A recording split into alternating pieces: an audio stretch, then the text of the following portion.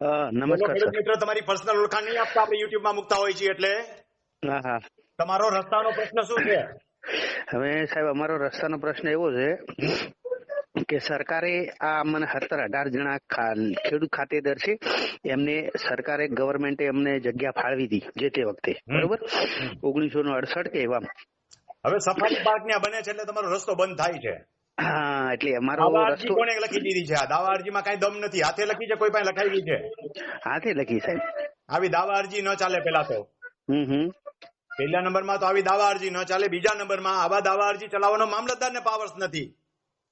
તમે રહેમ રાહે ટીડીઓને રજૂઆત કરવી જોઈએ, અથવા તો સિવિલ કોર્ટમાં જઈને સ્ટે લઈ આવો.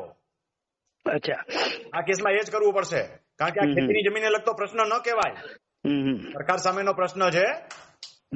સમજાણું? જાહેર માર્ગને લગતો પ્રશ્ન છે, જાહેર હિતને લગતો પ્રશ્ન છે. બીજા નંબરમાં તમારી જીત થવાની શક્યતા મને ઓછી દેખાય છે, પણ માનવતાને નાતે વૈકલ્પિક માર્ગ તમને મળતો હોય તો એ તમે વાપરી શકો, ન મળતો હોય તો વૈકલ્પિક માર્ગ તમારે ફરીને પણ જવું પડશે, કારણ કે તમારી જમીન બાપ દાદા વખતની માલિકી હકની નથી, રહેમ રાહે આપવામાં આવેલી સાથણીની જમીન છે. સમજાણું?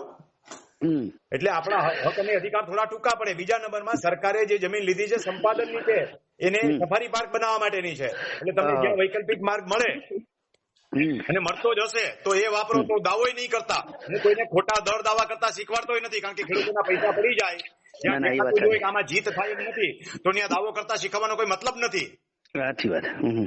મારો હેતુ તો એવો છે કે ખેડૂતોના પૈસા બચે, ખેડૂતો ખોટી રીતે હેરાન ન થાય, અને ક્યાંય તો દાવા દ્વારા થઈ અને એને ન્યાય મળે, એ હેતુથી હું માર્ગદર્શન આપું છું. પણ ઉમા સાહેબ શું છે કે જે તે વખતે મને જમીન ફાળવી તો એનો કોઈ રસ્તો છોડેલો જ નથી. એ વાત જવા દો. અત્યારે બીજો કોઈ રસ્તો છે નહીં પાસે. સફારી પાર્ક થાય છે એટલે વૈકલ્પિક માર્ગ માટે તમે દાવો દાખલ કરી દો. એકવાર સફારી પાર્ક ચાલુ થઈ જશે પછી કાંઈ નહીં થાય, અત્યારે મનાઈ હુકમ લઈ લ્યો. એમ? હા, મનાઈ હુકમ હશે તો કોક તમને સાંભળશે, સરકારે સાંભળશે.